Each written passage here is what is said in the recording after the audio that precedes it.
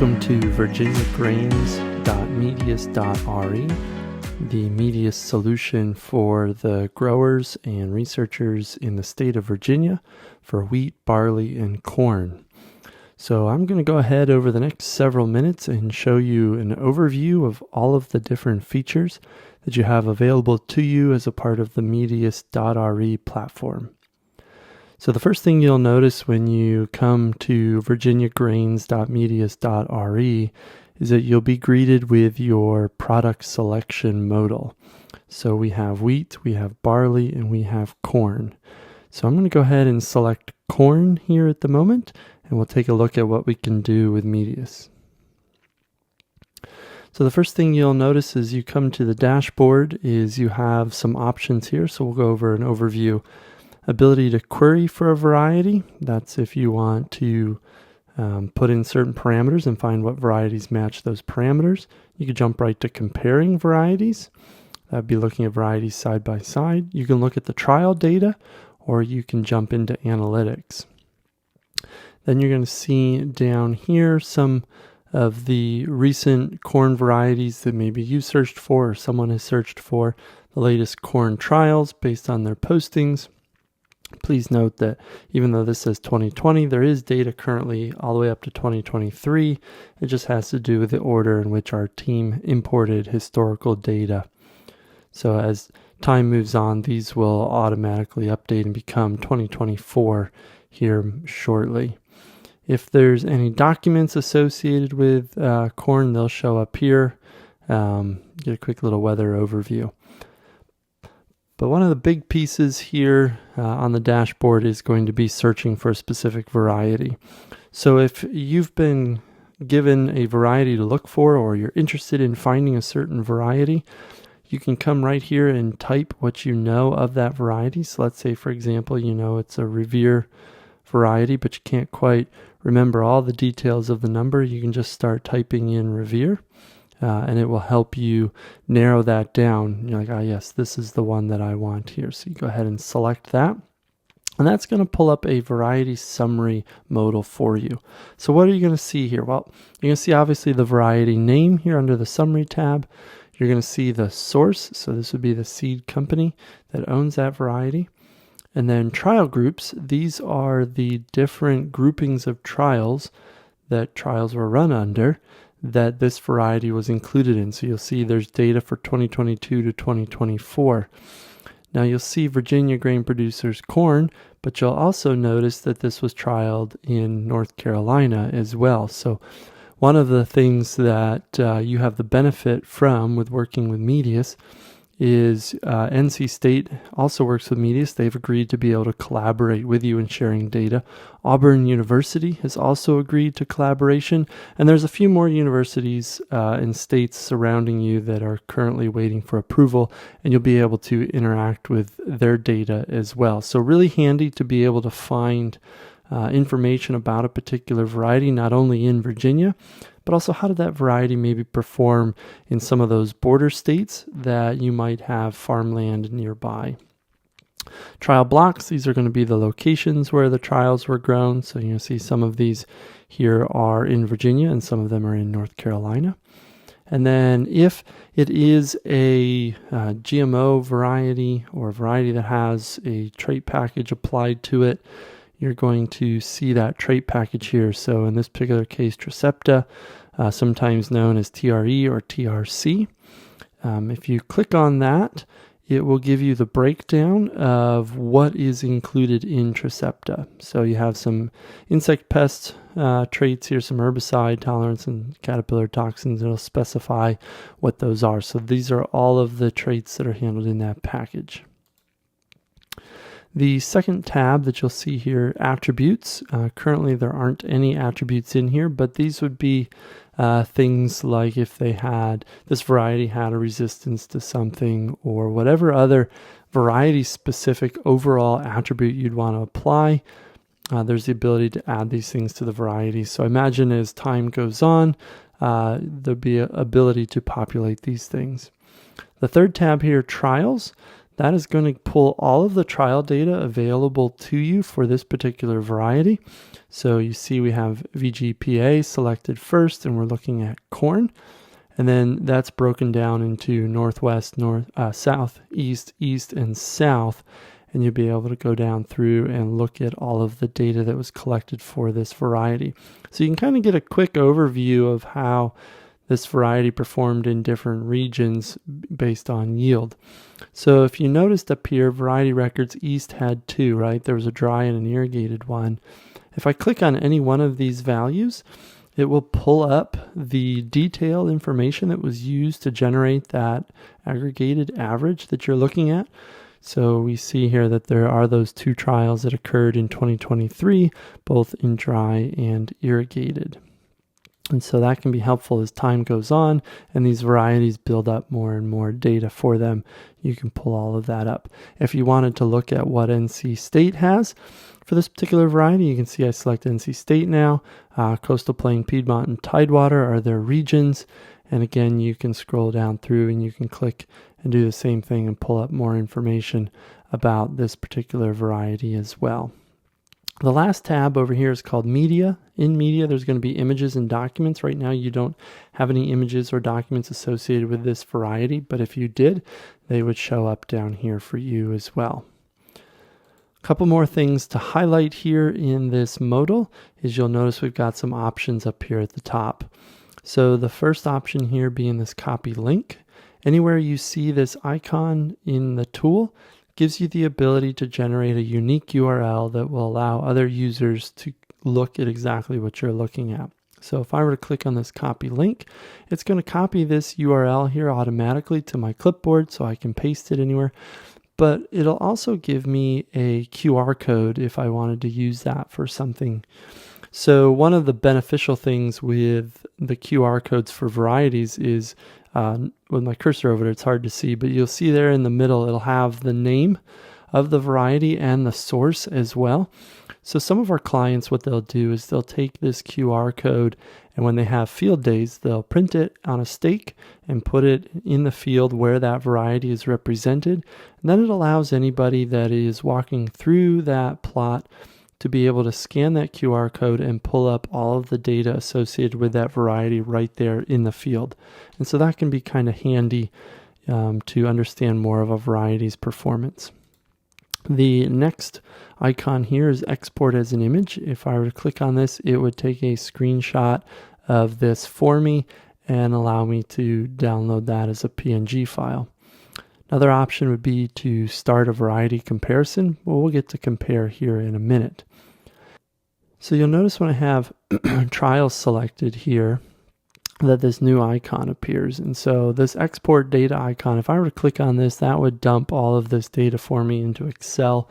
And then I have all the data associated with this variety pulled out of the system for analysis in another way. So I'm going to go ahead and close this modal, and we're going to go back here to the dashboard. Okay, so on the dashboard here, we mentioned we've got these couple other options. So I could do query by variety. So I could come in here and say, all right, I want to find a corn variety across these years that has a yield that is greater than, let's say, 200. I could go ahead and say, all right, search. It found 31 varieties that matched that criteria. Now what you'll notice here is what we're doing is by default it's going to search for where that variety averaged 200 across all entries. You could also look at it by trial and say, did it ever achieve greater than 200? So you've got some flexibility there. You can also stack these query parameters. So if you wanted to look at where maybe it achieved that in a dry environment and search for that, now we've narrowed that down to there's only 17 records that match. And so that can be a handy way to put in a pile of parameters and find varieties that are going to meet those specifications. So you can see as I scroll down through here, it's showing me the variety, the source if it's known, if there's a trait package associated with it, the year that are available for data. So I'm going to deselect all of these. And I'm just going to walk down through and select some of these that have multiple years worth of data. So as we look at these here that have multiple years. Let's go ahead and go with those. So I've got 7 now selected. Now I can jump into a comparison analysis of these varieties. So I'm going to go ahead and click on compare, and it's going to take me to this new page here where now I'm looking at all 7 of those varieties that I selected, similar to what you just saw when you were looking at a single variety record in the summary modal. Now you have all of that side by side here, and so you can scroll down through. If you wanted to see more information about a particular value, you can click on that again and get the overall summary. Another thing you can do, because we're comparing multiple varieties, is you can actually click on the data field over here, and you'll see that it'll expand that out for you and show you the breakdown of everything that's available to you. So then we can click on that again, and it will hide that. We're going to come back to compare here in a little bit, and we're going to get into a deeper dive of it. But I just wanted to highlight how you can get to compare from doing the find query. So back on the dashboard now, let's go ahead and we're going to jump to trials for corn. And so trials will show you all of the trials that are available based on the years that you've selected. So if I say 2022 to 2023, it's going to show me all of those trials that are available. And now I can select any one of these. You can add a bunch of them and it'll fill it all in. And so what we're looking at here is essentially the raw. It's not necessarily raw because it's probably aggregated at this point from the standpoint of data entry, but you have all of the base trial data information. So you can kind of scroll through and see what you have available here. You can click on any one of these fields to do a sorting by it. If you wanted to do any kind of sorting, you have that option available to you. There's the ability to do filters. We can save that for another video. But then here in trial settings, you got a few things that you can play around with. Standards. I don't believe there are any standards set up here. If there was, this would toggle between something that's like an understandable value and a numeric value. You can toggle between that. If you had a smaller screen and you didn't want to pin, you can see as I'm scrolling here, this trial information stuff is pinned. If you turn that off, then it'll all scroll. If you had a smaller hiding empty columns, leave this on by default. That if there's columns where data could be collected but it hasn't been, right, and it'll just hide those for you. You don't need to worry about this one. You're not storing replicated data. And then wrapping headers, you can see here, just makes these columns smaller or wider. You have flexibility there. You also have the ability to download this data again. So you can download it CSV or download it into Excel. Or if you wanted to manually select what data fields are available here, you could go ahead and do that by checking those boxes under trial settings. Okay, so you'll notice there's some icons here. We've got weather data icon and a copy link icon. Let's go ahead and click on the weather data icon. And what that will do is it will pull weather data for us from the planting date to the harvest date. And so by default, it's going to show you a line graph of the average temperature, and the bars down here are going to be precipitation. And that is coming from the Virginia Tech Weather STEM system. So it's pulling this data from the weather stations that are really close, if not on, the research facility where this trial happened. Unfortunately, because Weather STEM only provides an average temperature for us and we don't have a min and a max, this growing degree day threshold calculation can't be done because there's not enough information to do it. But if we can work with Weather STEM to get that adjusted, then we will go ahead and add that in for you. If you wanted to look at more than 1 year's worth of temperature ratings, you can increase your average years here, and you'll see that in that gray, it will overlay it. So you can kind of get an indication of, okay, how was the weather for this trial different than what it has been in the past several years? You'll We've got a summary data tab here for you that'll give you the aggregate values of all the different weather data fields that are available. You can look at all the weather data raw on each day, if that's interest to you. And then the last one here is the weather station. It shows you where this weather station is located. So those are some of the weather things that you have available to you here in Trials. All right, so let's go ahead and go back to the dashboard. And then my favorite feature, I think, of the whole tool is now we're going to jump into analytics. And so particularly with corn, we've set up some default presets for you here related to early maturity, medium maturity, and late maturity. You can build your own analytics however you want. Once you click on a preset, you can go in and make adjustments if you need to make some changes. You have that flexibility. I'm going to go ahead and click on late maturity. And what that's going to do is it's going to automatically select relative yield, percent moisture, and test weight as default data fields. It's going to tell the system, I want to group this data by the trial blocks. So those are the locations for the trials. I want to key it on the variety name. And then I want to apply a filter that is maturity group contains late. It also is going to select the total tab up here and then sort by performance score. So let's talk through what all the different things are that you can see here. So the first thing would be you can select a trial year. So 2023 is the latest trial data available here in analytics at the moment for corn. You can group by different things. So do you want to group by the data fields? Do you want to group by a specific trial, a trial block, which tends to be a location, or a trial block category, which would be a region?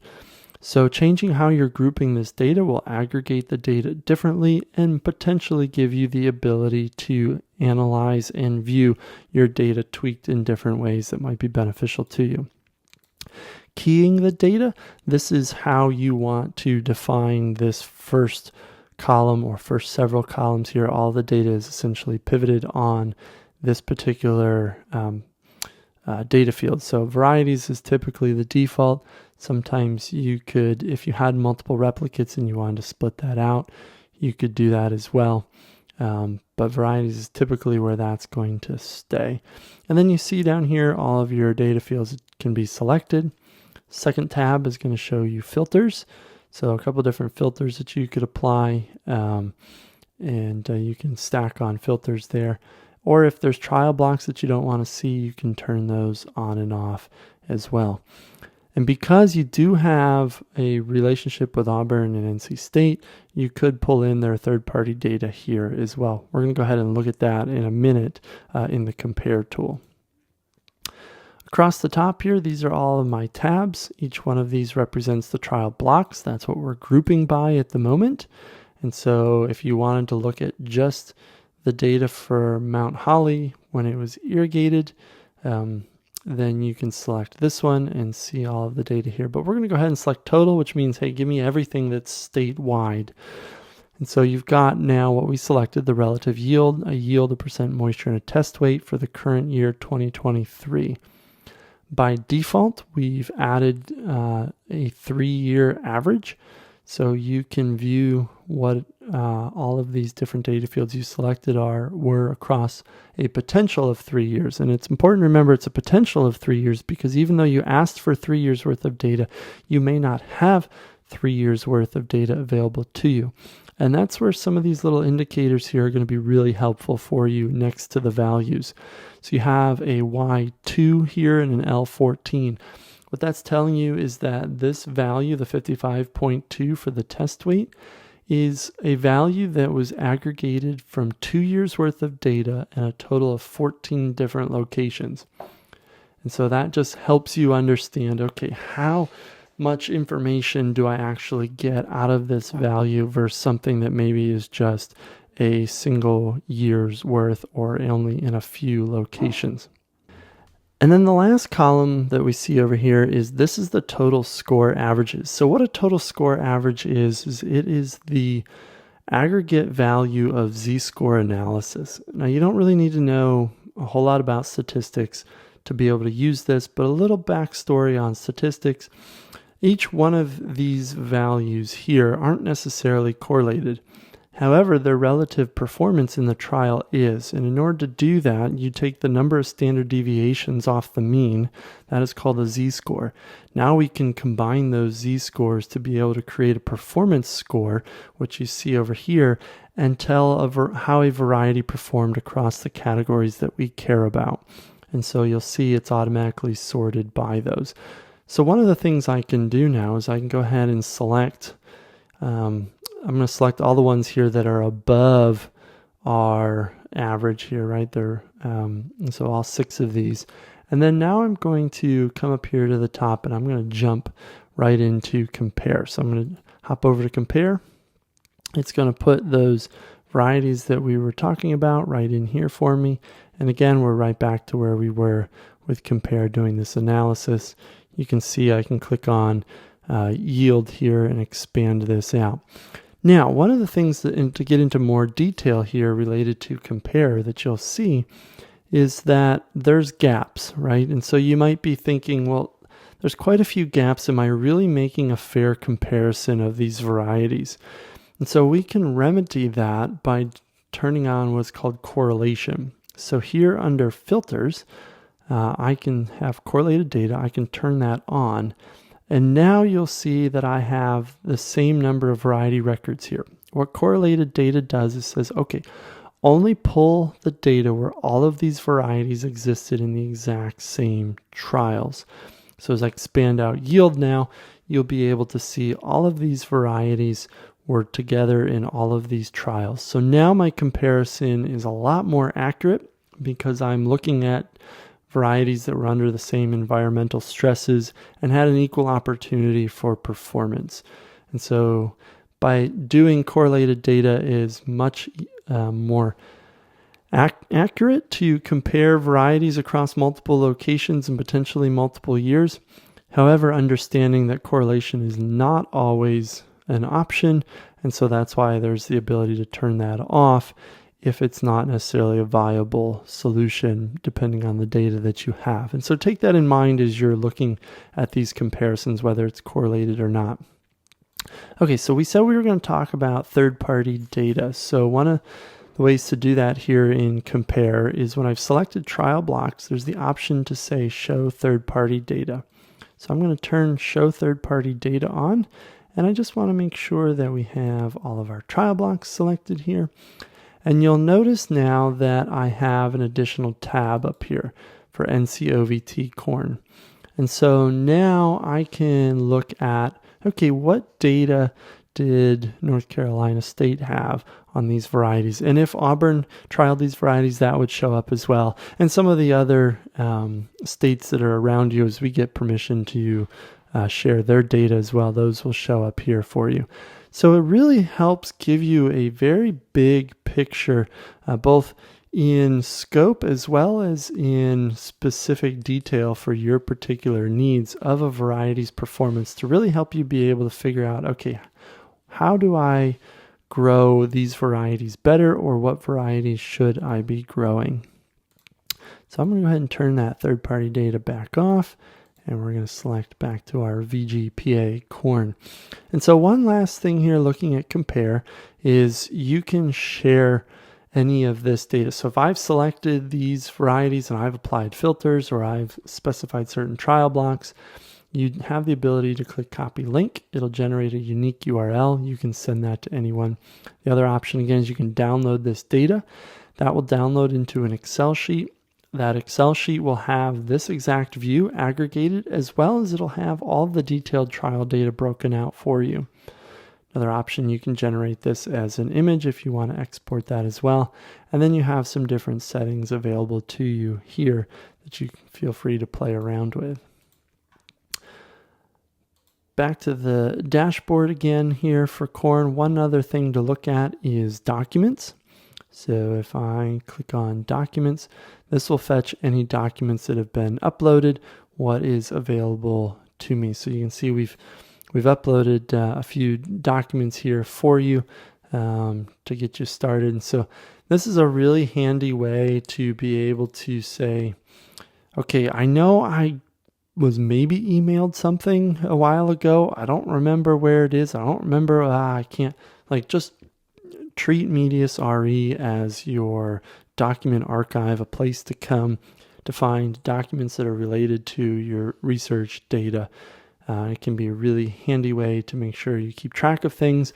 And like any other part of the tool, there's this copy link icon. You can send these documents to somebody and they can just click on that link. They don't have to worry about, is my email going to be big enough to store a large document? Can I send this? You just click on that share link and off it goes. So that's a semi-quick overview of the different features that are available within Medius.Re.